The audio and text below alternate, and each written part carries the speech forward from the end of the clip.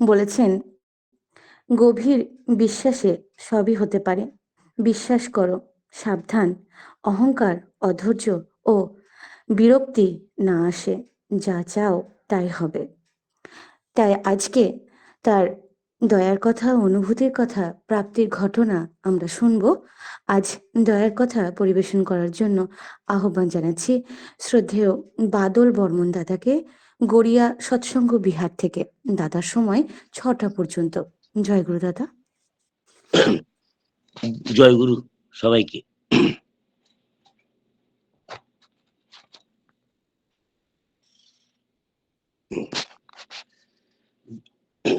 যার কথা বলতে গেলে প্রাণী পুলক জাগে, যার কথা ভাবতে গেলে সুখের সহা লাগে, যার কথা বলতে আনন্দ, শুনতে আনন্দ, চিন্তাতে আনন্দ, সেই চির আনন্দ স্বরূপ পরম প্রেময় শ্রী ঠাকুর রকুলচন্দ্রের শ্রীচরণে শতকোটি প্রণাম জানাই।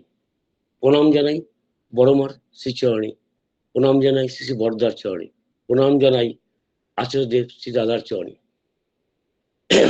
আজকে আমি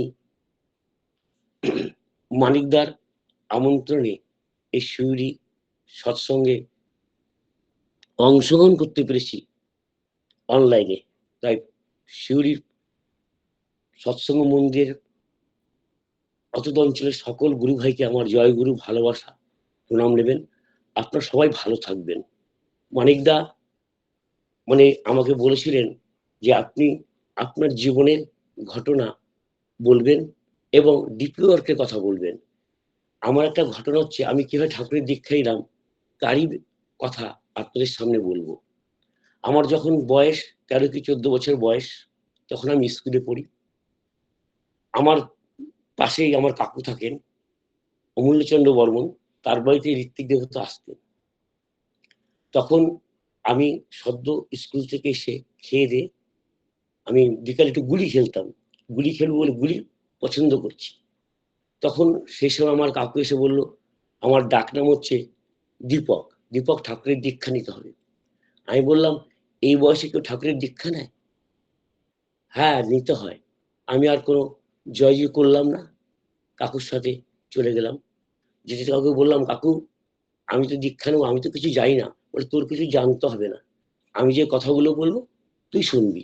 আমি একদম একদম অভিমানিক যাকে বলা হয়, নিষ্ঠাবান যাকে বলা হয়, ডিসিপ্লিন বয়ের মতো আমি চলে গেলাম, দীক্ষা নিলাম 1 টাকা দিয়ে। কাকু আমার 1 টাকা দিল, আমি দীক্ষা নিলাম।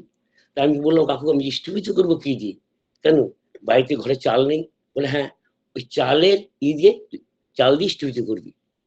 তখন আমি কি করলাম, চাল দিয়ে ডিস্ট্রিবিউট শুরু করলাম।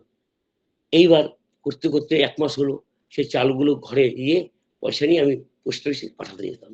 এই আস্তে আস্তে ঠাকুরের দীক্ষা নিলাম। বছর 5-6 বছরে এক ভদ্রলোক নাম প্রদীপ দত্তগুপ্ত, তিনি বললেন, ঘরে বসে কেন থাকো, চলো মানুষের বাড়িতে চলো, গিয়ে মানুষের খোঁজ খবর নাও। ঋত্বিক দেব তো দীক্ষা দিয়ে চলে যায়, অনেক ইষ্টপিটি করে না, পাঠায় না। তবে আমি তখন তার সাথে হাত ধরে আমি মানুষের বাড়িতে ঘুরতে শুরু করি। এইবার মানুষের গিয়ে দেখি, গিয়ে প্রথমে মানুষের বাড়ি যখন ঢুকি, জয়গুরু দিয়ে তার আসনে গিয়ে প্রণাম করি। প্রণাম করে আসন দেখে কথা বললাম। কথা বলার পরে আমাকে বলেছে, তুমি কারো বাড়িতে কিছু খাবে না, আগে তুমি চেষ্টা করবে দাদা আপনি ডিস্ট্রিবিউট কত করেন। কেউ করে চা না করে, কেউ 10 পয়সা করে।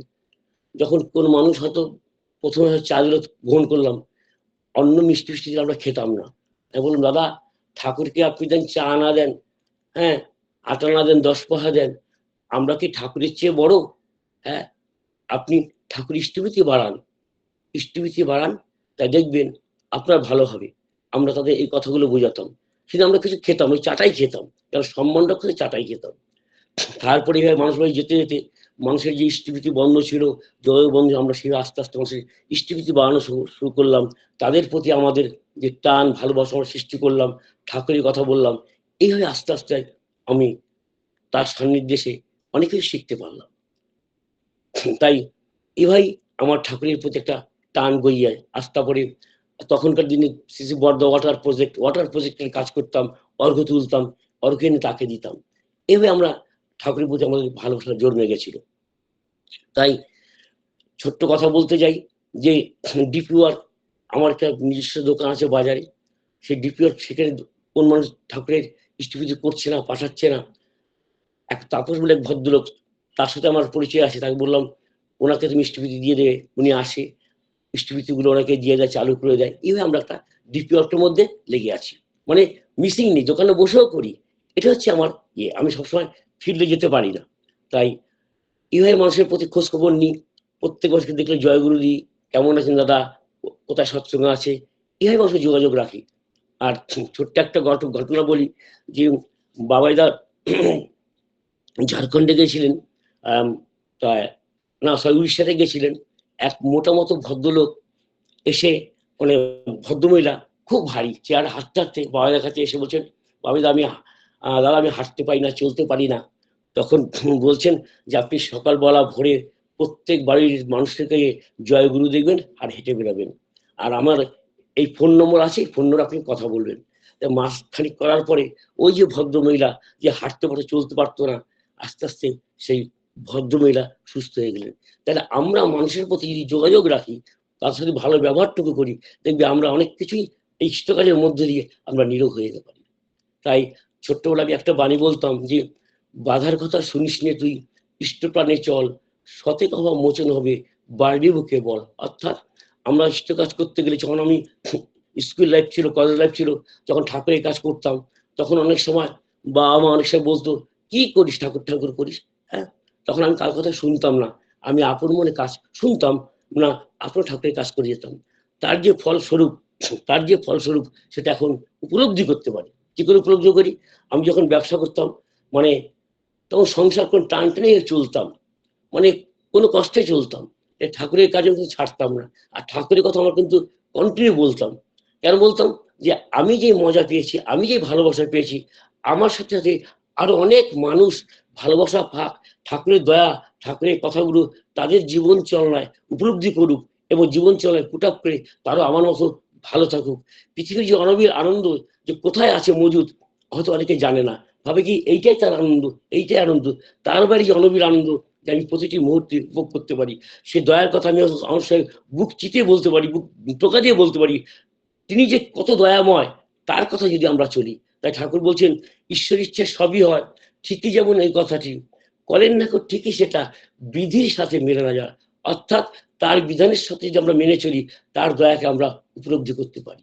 তাহলে ছোট্ট ঘটনা বলি, আমার মানে পারিবারিক ছোট্ট একটু বর্ণনা দিই। আমার দুটো মেয়ে, তখন কোনো কষ্টে মরে, কষ্টে কষ্টে সংসার চলছে, তার মধ্যে দিয়ে মেয়েদের পড়াশোনা চালাচ্ছি।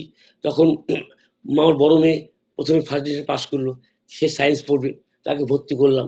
তিনি ঠাকুরের দয়ায় মেয়েটা ভালোভাবে পাস করে, তারপরে একটু মানে সরকারি হসপিটালে, সরকারি হসপিটালে সুযোগ পেল ট্রেনিং দেওয়ার, সেখানে পাস করে ডিএমডি পাস করে বছর দিয়ে প্রাইভেট চাকরি করার পরে সরকারি চাকরি করলেন। তো অসীম মানে তার দয়াতে। তাহলে হচ্ছে ঠাকুরের কাজ, ঠাকুরের আমার মনে কষ্ট বুঝতো যে ঠাকুর আমি কি করে চলবো। তাহলে ঠাকুরের কাজ করলে ঠাকুর বলছেন আমার জন্য কেউ বিন্দুমাত্র ভাবে, আমার জন্য বিন্দুমাত্র করে, তার জন্য আমি মজুদ হয়ে থাকি তাকে দেওয়ার জন্যই। অর্থাৎ সে কষ্টের মধ্যে আমি ঈশ্বরগ দিতাম, নিজেও দিতাম। তাহলে এটাই চরম প্রাপ্তি। তাহলে আজকে ছোট্ট একটা গল্প বলি যে আজ থেকে মনে করুন ঠাকুর তখন দেহ রাখেনি, দেওঘরে আছেন। একটি বাচ্চা ছেলে দেওঘরে গেছেন, তার 5-7 বছরের বয়স। তখন তার বাবা ঠাকুর ভোগের জন্য ফল ফলাদি সবজি বাইরে নিয়ে গেছেন। তা ঠাকুর পার্লারে বসে আছেন। ওই ভদ্রলোক তখন, ঠাকুর এগুলো আপনার সেবার জন্য এসেছি, সেবার জন্য এনেছি, এগুলো নিন। বলে কি এইগুলো বড় মা কাছে দিয়ে। ওই যে বাচ্চা ছেলেটি 5-6 বছর বয়স, তখন দেখছে আমার বাবা মা ঠাকুরকে দিচ্ছেন, ঠাকুর বললেন বড় মাকে দিয়ে আয়। তখন ঠাকুরের বড় মার কাছে যাচ্ছেন ওই ভদ্রলোক নিয়ে, তখন ওই বাচ্চাটি দূর থেকে বলছে বাবা বাবা আমাকে তুমি 1 পয়সা দেবে। তখন বাবা পিছন দিয়ে ঘুরে পকেট থেকে 1 পয়সা দিলেন। সেই বাচ্চাকে 1 পয়সা নিয়ে তিনি তখনকার যখন দেওঘরে পোস্ট অফিস, ওখানে একটা মুদিখানা ছিলেন, বাটুলদার মুদিখানা, সে বাটুলদার মুদিখানা দোকানে গিয়ে বলছেন আমাকে 1 পয়সার লজেন্স দিন। তখন বলছে বাটুল তুই লজেন্স কাকে দিবি? বললি এই লজেন্স আমি ঠাকুরকে দেবো। তখন বলছে ঠাকুরকে দিবি, তখন বাটুলদা একটা সুন্দর পরিষ্কার কাগজে সে কি করলেন, লজেন্স গুলো প্যাক করে দিলেন। তখন লজেন্সটা দিয়ে বাটুলদা কি করলেন, ওই বাচ্চাটি ছেলেটির পিছনে ছুটে আসলেন।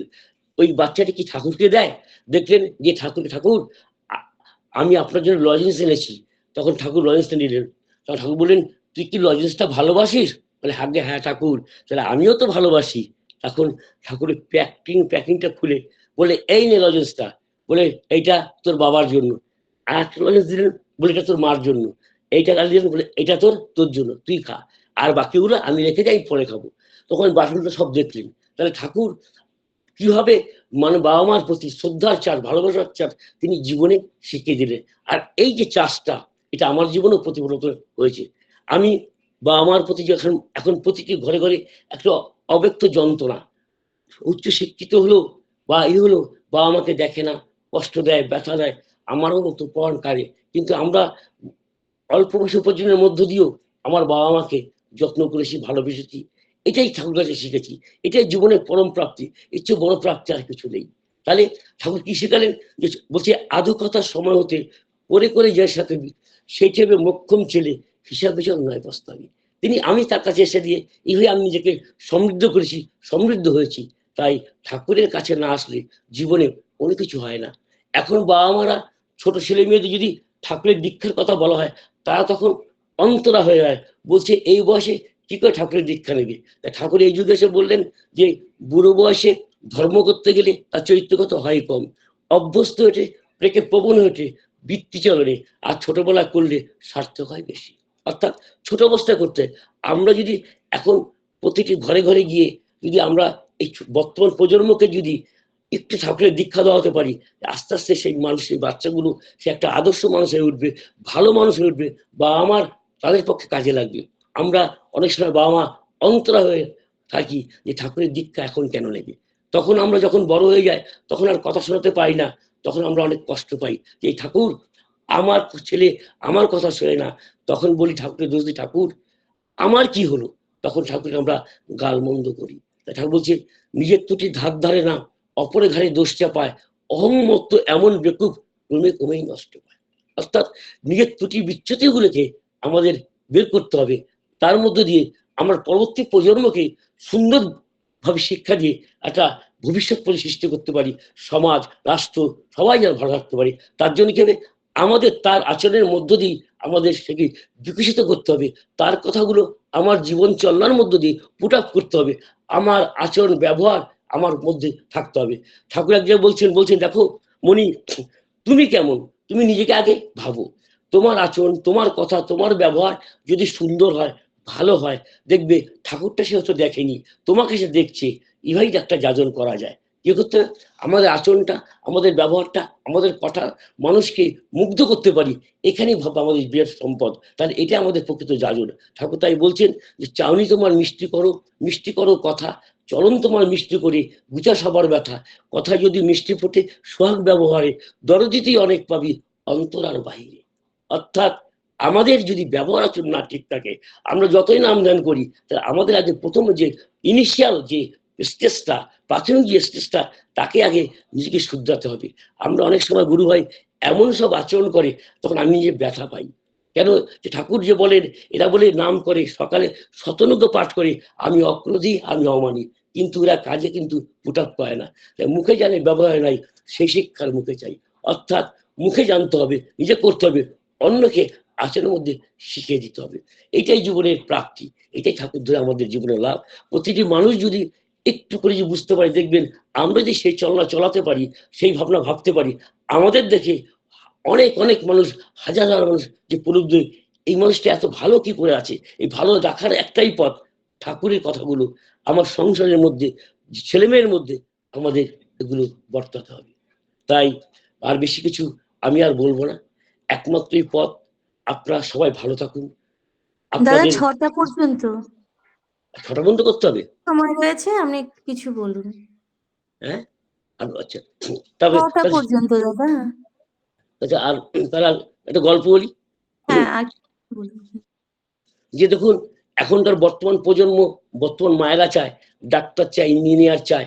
হ্যাঁ, তাই ঠাকুরের একটা গল্প বলি। এক মা তার ঠাকুরকে সবসময় প্রার্থনা করতেন যে ঠাকুর আমার ছেলে ডাক্তার হবে। তখন মার প্রথমে ছেলেটি ছিল ব্রিলিয়েন্ট, মেধাবী ছাত্র ছিলেন। প্রতিটি পরীক্ষায় সসম্মান উত্তীর্ণ হয়ে সে ডাক্তার একদিন পরীক্ষার সুযোগ পেলেন, ডাক্তার হলেন। বেশ কিছুদিন হওয়ার পরে সরকারি হসপিটালে সুযোগ পেলেন। তখন সেই ছেলেটি বউকে নিয়ে সরকারি কোয়ার্টারে চলে গেলেন। তখন মায়ের একটা মাত্র ছেলে, তার ইচ্ছা যে ছেলে ডাক্তার, সে ডাক্তার হয়েছে, তার বুকে গর্ব হয়, কিন্তু একটা মাত্র ছেলে আমায় ছেড়ে চলে যাচ্ছে। তখন ঠাকুরকে কাঁদতে কাঁদতে গিয়ে বলছে যাচ্ছে। তখন একটা আম গাছ, দেওঘরে আম গাছ আছে, সেই আম গাছ তলায় বসে রয়েছেন, আর যেতে পারছেন না। ঠাকুর বলেন ওই মাটি যে আসছে, মাটিকে ধরে নিয়ে যায়। তখন এক ভক্ত গিয়ে মাটিকে ধরে নিয়ে আসলেন, আনার পরে মাটি আর বেশি করে কাঁদছেন। তাই ঠাকুর কাছে শুনে ঠাকুর বলছেন, মা তুই বস, তোর কি হয়েছে? ঠাকুর আমার একমাত্র ছেলে আমার ছেড়ে চলে গেছে। কোথায় গেছে? বলে ওই হসপিটালে, সরকারি হসপিটালে কোয়ার্টারে চলে গেছে। তাই তা বলে, শোন মা, তুই তো সবসময় প্রার্থনা করতিস তোর ছেলে ডাক্তার হ, ডাক্তার তো হয়েছে, তাহলে তোর কাঁদছিস কেন, আপত্তি কেন? ঠাকুর আমার একমাত্র ছেলে চলে গেছে, কি করে সহ্য করি? তখন ঠাকুর গম্ভীরে বললেন, দেখ মা, তখন কি আমার কাছে চাইতি আমার ছেলে ডাক্তার হ? তা ডাক্তার তো তৈরি হয়েছে, তোরা বলতে জানিস না, কি করে চাইতে হয় তা জানিস না, তোরা খালি প্রার্থনাই করিস, প্রার্থনা মঞ্জুর হয় তাও কাঁদিস। মা, তোর চাইতে হবে ঠাকুর আমার ছেলে মানুষের মতো মানুষ হয়ে উঠুক, তোমার মতো হয়ে উঠুক। আমাদের এই চাওয়ায় বড় ফারাক। তাই আমরা প্রত্যেক সময় বলতে থাকবো, ঠাকুর এই ছেলেটা তোমার, তোমার হয়ে থাকুক, তোমার যদি থাকে তাহলে আমার থাকবে। তাহলে ঠাকুর একটা তাই বলছেন না যে দেখো, যে ছেলে মেয়ে সবকিছু ঠাকুর তোমার, আমি হচ্ছেন এদের মালি। বাগানে যখন মালি থাকে, ফুলগুলোকে যত্ন করে, আমরা ছেলে মেয়েদের যত্ন করি, আমরা যে সংসারের মাঝে এটা মালি। তাহলে হচ্ছে কি, একমাত্র ফুলের যে মালিক, যে অধিকারী, সে ঠাকুর। তাই ঠাকুরকে যদি আমরা তাকে নিবেদন করি, তাহলে দেখবেন আমাদের ছেলে মেয়েগুলো আমাদের কাছে থাকবে। আমরা যে চলার পথে বলার পথে কত ভুলভ্রান্ত করি, তখন ঠাকুরকে আমরা দোষ দিই, তখন ঠাকুরকে বদনাম করি।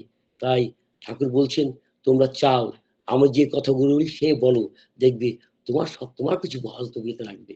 আমরা জীবনে এইভাবে আমরা প্রতিটি পদে পদে মুহূর্তে আমরা অনেক সময় ব্যথা পাই। তাই ঠাকুর বলে, সে বলছেন, আমরা ঠাকুর আমাকে তুমি দয়া করলে না তো। ঠাকুর আমি তো কিছু বলে, ঠাকুর এক জায়গায় বলছেন যে দয়ার বাতাস তো বইছে শত প্রবয়সের হয়ে, তা তুমি চাও আর না চাও, যত বেশি নিজেকে তৈরি করতে পারবে, তর দয়াকে ধরতে পারবে বেশি। তার দয়া দয়ায় কোনায় কোনায় তিনি বর্তমান। অর্থাৎ তিনি আমাদের সবকিছুর মধ্যে বিরাজ করছেন। আমাদের তার কাছে তার কথা চলতে হবে, তার ভাবনায় ভাবতে হবে, তার কথাগুলো যিনি, আমি ঠাকুরের এই ভাবনা চললে দেখবেন জীবনে সবচেয়ে সুখী মানুষ, হ্যাপি লাইফ লিড করবেন। এটা যেটা আমি লিড করি, প্রতিটি মুহূর্তে তার কথা ভাবি আর চিন্তা করি, ঠাকুর তোমার কাছে ছোটবেলায় যদি না আসতাম, তাহলে আজকে আমি বাদল বর্মন হতে পারতাম না, আজকে তোমার কথা বলতে পারতাম না। তুমি দয়া করে আমাকে সেই সুযোগ করে দিয়েছো। এই জন্য ঠাকুর আমি তোমার কাছে সারা জীবন, বিগত জন্ম কৃতজ্ঞ ছিলাম, এই জন্ম কৃতজ্ঞ আছি, আর কৃতজ্ঞ থাকবোই। তোমার দয়ার কথা কি বলবো। এই বলে আমি আমার বক্তব্য শেষ করতে যাচ্ছি, কিন্তু আরো 5 মিনিট বাকি আছে। আর 5 মিনিট একটা ঠাকুরের কথা বলি। দাদা আপনার জীবনের কিছু কথা বলুন। এই যে প্রথমে বলেছি জীবনের কথা, দেখুন এখন বর্তমানে এখন ঠাকুরের কাজ করি, ঠাকুরের কথা বলি, মানুষকে উদ্বুদ্ধ করি, বললেন তো, এইভাবে চলছি। আর বাকি জীবনটা ঠাকুর কাজেই নিজেকে লিপ্ত রাখবো। আর যত পারি মানুষকে ঠাকুর চরণে আশ্রয় করার চেষ্টা করি, যাজন করি। গতকাল এই দোকানে একদিন যাজন করছিলাম, আমাকে বলছিল, তার নাম হচ্ছে কৌশিক বসু, বলছি রে বাউলা, আমি ঠাকুরের দীক্ষা নেবো, মন্দিরে নেবো না বাড়িতে নেবো? বলছে, আমার ঠাকুরের দীক্ষা নিতে মন্দিরেও যেতে হয় না, তুমি বাড়িতে বসে থাকবে, ওখানে ঠাকুরের দীক্ষা নেবে। আমাকে প্রশ্ন করেছিল, আমি তো ওই ঠাকুরের দীক্ষিত। তুমি ঠাকুরের দীক্ষিত কি আছে? আমি তখন বললাম, দেখো তুমি প্রাইমারি স্কুলে পড়েছো, হাই স্কুলে পড়েছো, কলেজ পড়েছো এবং ইউনিভার্সিটি গেছো, কিন্তু তুমি কাউকে ত্যাগ করনি, প্রত্যেককেই তুমি গুরু বলে সম্মান করেছো। তোমার দীক্ষার মানটাকে তুমি বাড়িয়ে নিতে পারো। দেখো জীবনে হয়তো তার কাছে কিছুটা অসম্পূর্ণ আছে, আর ঠাকুর অনুকূল চন্দ্রের কাছে সব সম্পূর্ণ আছে। যা কিছু ডেফিসিট তোমার এখানে আছে, আর এখান থেকে সে তুমি তার জীবনটাকে ফুলফিল করে দেবে। এইটাই দীক্ষা মানে সার্থকতা। দীক্ষা মানে নিজের দক্ষতাকে বাড়ানো, নিজের যোগ্যতাকে বাড়ানো, এটাই ঠাকুরের সার্থকতা। তিনি সেটা বললেন, ঠিক আছে আমি ঠাকুরের দীক্ষা নেবো। এইভাবে মানুষকে যাজন করি, কথা বলার চেষ্টা করি, আর এইভাবে আমার জীবনটা চলছে। আর অনাবিল আনন্দ উপভোগ করি। তাই অনাবিল আনন্দ প্রত্যেকে উপভোগ করুক, তার কাছে আসুক, তার চরণে আশ্রিত হোক। দেখবেন জীবনে কত আনন্দ উপভোগ করা যায়, তার ইয়ত্তা নেই। তাই আমি ছোট্ট সেখানে শেষ করি যে দেখুন, সবাই ভালো থাকুন, সুখে থাকুন, ঠাকুরের কিনে সবাই চলুন, অনাবিল আনন্দ। দেখবেন যে মজা আমি প্রতিদিন প্রতি মুহূর্তে পাই, আপনারাও পাবেন। এটাই আমি এই বলে আপনাদের জয়গুরু। আপনারা সবাই ভালো থাকুন, ঠাকুরে উঠুন, তারাই উঠুন। ডিপিওয়ার্কে আপনারা অংশগ্রহণ। আমি হয়তো ইনডেক্টলি ডিপিওয়ার করি, মানুষের উপরে যাই কথা বলি, এভাবে আমি চলি। জয়গুরু। জয়গুরু। শ্রদ্ধেয় দাদাকে কিছু বলার জন্য অনুরোধ জানাচ্ছি। খুব সুন্দর, অপূর্ব। বাদলদা নিজের জীবন দিয়ে ডিপি ওয়ার্কের সম্বন্ধে কথাগুলো বললেন। এগুলোতে আমরা সকলেই অনুপ্রাণিত হলাম, উদ্বুদ্ধ হলাম। আর এটাই বর্তমান আচার্যদেবও বলেন যে নিজের জীবনের উদাহরণ হয়ে ওঠো তুমি। প্রত্যেকটা মানুষই যদি অভিজ্ঞতার কথা শেয়ার করে, তাহলে আমরা প্রেরণাপুষ্ট হয়ে উঠি। বস্তুতে বইয়ে তো অনেক কথা লেখা আছে ঠাকুরের, সেগুলো আমরা সংগ্রহ করে পড়তে পারবো, কিন্তু এই কথাগুলো কোনো বইয়ে পাওয়া যাবে না। তাই এক একটা মানুষই তার জীবনের উদাহরণ হয়ে উঠুক, ঠাকুরও সে কথা চেয়েছেন। আমরা সকলেই অনুপ্রাণিত হলাম, অনেক কিছু জানতে পারলাম। পরম পিতার রাঙারাতুল চরণে আমরা সকলে মিলে আপনার সার্বিক মঙ্গল প্রার্থনা করব। আপনি সুখে, শান্তিতে, আনন্দে ভরপুর হয়ে থাকুন। বিধাতাকে মাথায় নিয়ে সারাটি জীবন সপরিবার, সপরিবেশ দীর্ঘায়ু নিরোগ জীবন লাভ করুন, যাতে আমাদের মাঝে রোজ যুক্ত থাকুন নাম ধ্যান মহাযজ্ঞে। এবং আরো আপনার জীবনের আরো অনেক ঘটনার কথা শোনার আগ্রহ থাকলো। ভালো থাকবেন দাদা। জয়গুরু।